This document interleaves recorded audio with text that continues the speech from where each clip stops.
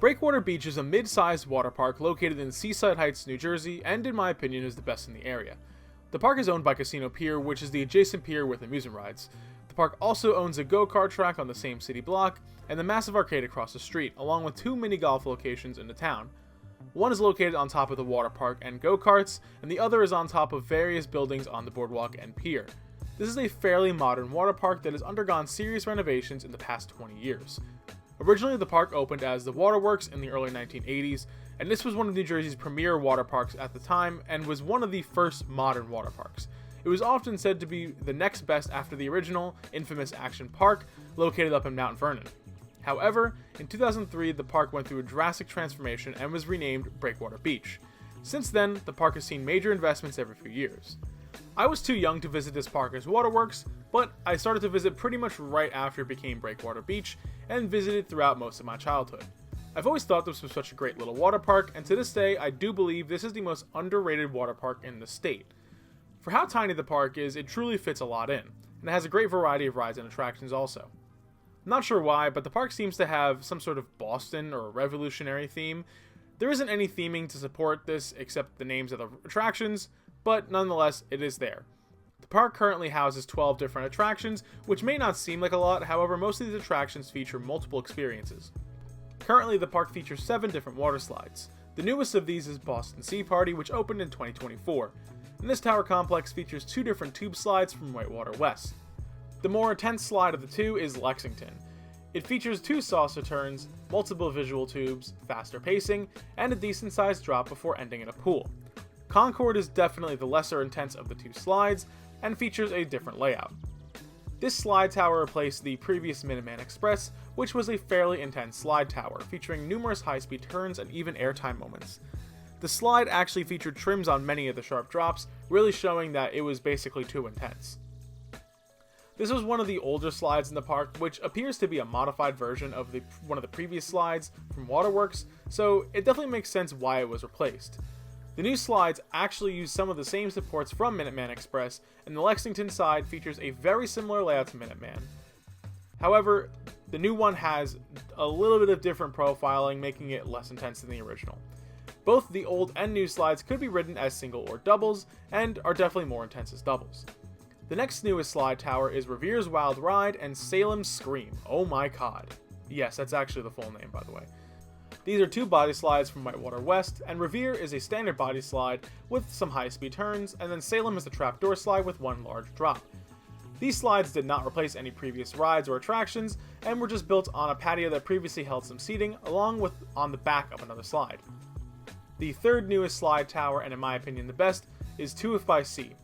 These are 2 intense slides from Pro Slide that opened somewhere around 2012 or 2013. Can't really remember the opening day. Freedom Flume, or Topsy Turvy, is a tornado slide featuring multiple fun elements that allow you to intensely rock back and forth, along with a high-speed turn into a pool at the end. The other and most intense slide is the Liberty Launch, or Bullet Bowl. This starts out with a high-speed drop into a signature bowl element. The first turn into the bowl will have you overbanking onto the high wall, and then it finishes out after the bowl by sliding down into a pool. Both of these can be ridden as doubles and are significantly more intense than if you are a single. Another fun feature is that during both of these slides' signature elements, you can end up going down the rest of the slide backwards, which is always a fun treat. The oldest slide, and what could be a favorite for some, is Patriots Plunge. This is a matte racer slide that opened with the rebrand back in 2003 and was manufactured by the local RADZADproductions, which was a slide manufacturer from New Jersey that unfortunately no longer exists. This slide is very intense, and I highly recommend making sure you are under the weight limit of 250 pounds, as the heavier you are, the more airtime you will get. This may sound good, but to be honest, as someone who is close to that weight limit, the resulting airtime is so intense that it could be really painful actually. Every time I ride this, I always make sure to go slow over the first crest. And in the past, I've gotten nearly a foot of airtime on the third drop, and have also ended up either on the slide divider itself, or even in another lane. However, when I'm not doing that, the airtime is really good. However, the landing and the runout can be fairly painful as the water pulls up down there, and you skip over it rather than being pushed into it. Particularly on my last ride, simply put, it felt like someone kicked me in the balls. Other than that, this is a super intense matte racer that honestly scares me. Moving on to the other attractions, the park features a water play structure or splash pad, whatever you want to call it. This is called Perfect Storm, and I know this is for families, but to be honest, I genuinely think this is my favorite thing here. There are 10 water slides on it, numerous water blasters, buckets, spouts, and pipes, and of course, the classic bucket that dumps 500 gallons of water onto you. Every time I come here, even as an adult, I typically spend a decent chunk of my visit here. There are some larger slides on it, so it doesn't really feel weird being there, and there's a large mix of ages ranging from children with families to teens and adults who are by themselves. There is literally no way to not get absolutely soaked on this play structure, and it's the perfect thing to do on a scorching hot day. Right next to it is the kiddie area, featuring a tiny activity pool, spouts, and tiny slides. The most controversial and strangest attraction, in my opinion, is the wave pool. Now you're probably like, Zach, it's just a wave pool. What's weird about that? Well, you can literally see the ocean with real waves from right outside this wave pool. This pool also replaced 6 smaller but intense body slides.